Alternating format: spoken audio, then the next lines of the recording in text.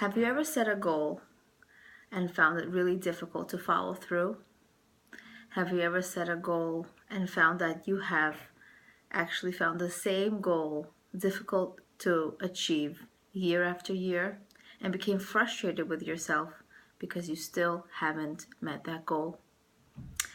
Many of us feel the same way. Know that you're not alone, and know that now you're going to learn a 5-step method in order to set goals and hopefully following through.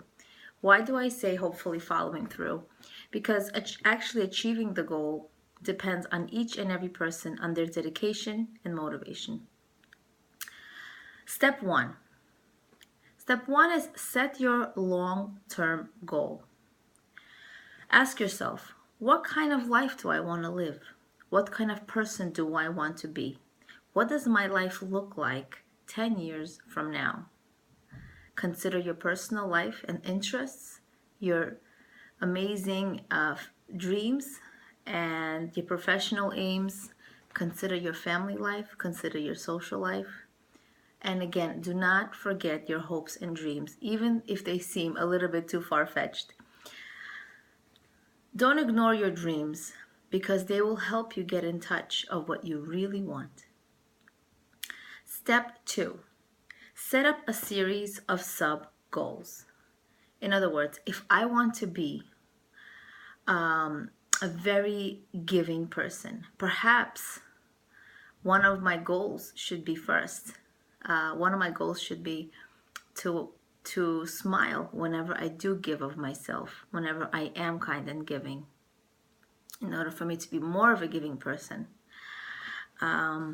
If you select a distant goal without sub-goals, you won't appreciate how far you've gone, you won't appreciate how much you've changed, and you will fail to recognize your progress, and it will discourage you from moving forward and continuing and achieving that goal. In this way, you will acquire a sense of motivation and you'll be encouraged to continue. Step 3, create an idealized self-image of yourself. You can write it down or you could imagine it. I personally suggest for you to write it down. This way you could constantly go back to what your goal is and see where you left off. Ask yourself, what kind of person would I like to be? Imagine your traits. Write down all of your traits that would describe that person and try to be specific. What kind of things would you talk about? How would you dress? Who would be your friends? Close your eyes and try to imagine what kind of qualities would you possess and traits would you acquire. Sit down and write a description of 8 to 10 qualities in level of importance. The first one being the most important. This way you would understand and always refer to what is the most important feature you would like to have. This way you can focus on it the most. Work on your idealized self-image. In other words, you're constantly working on it. You're imagining, you are focusing on the kind of character trait you would like to possess. You're constantly imagining to yourself what kind of person you would like to be. You're closing your eyes, you're taking a minute or two, and you are creating that self-image. What would you be doing? Who would you be talking to? How would you be dressing? In other words, you're constantly imagining yourself as being that person, even if it's something that seems to be far-fetched, something that seems to be too unrealistic. Imagine it to yourself, because the more you will imagine it, the more you're going to want it, and it will seem more realistic to you. Step 4 is very, very important. Step 4 is know your limitations.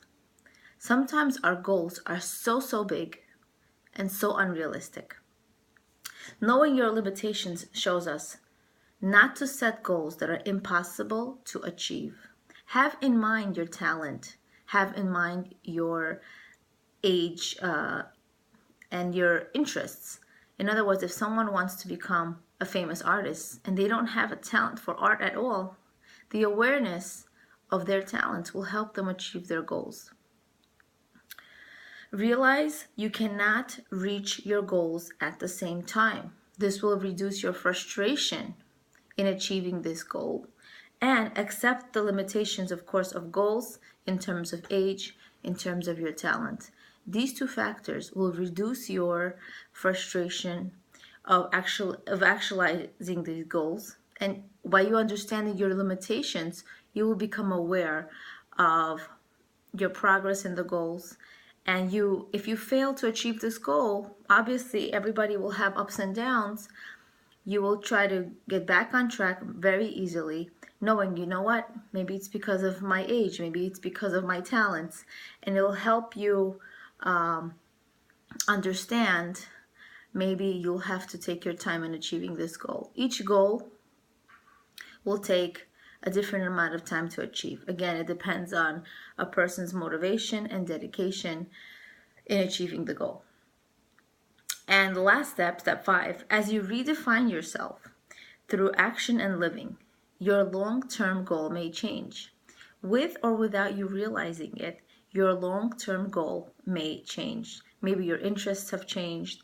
Maybe your lifestyle has changed. Maybe there has been a serious change in your life that you no longer are interested in the goal or are able to achieve it in any way.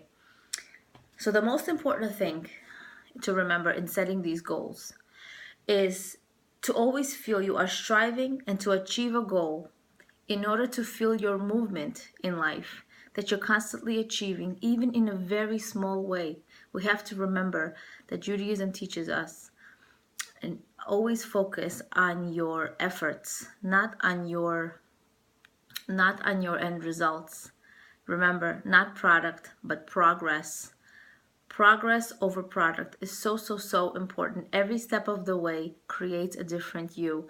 And do not forget even your small accomplishments, because those create a resource in your brain that you have achieved it. It has happened. It has become a reality, which means it's going to be that much easier for you to access that again.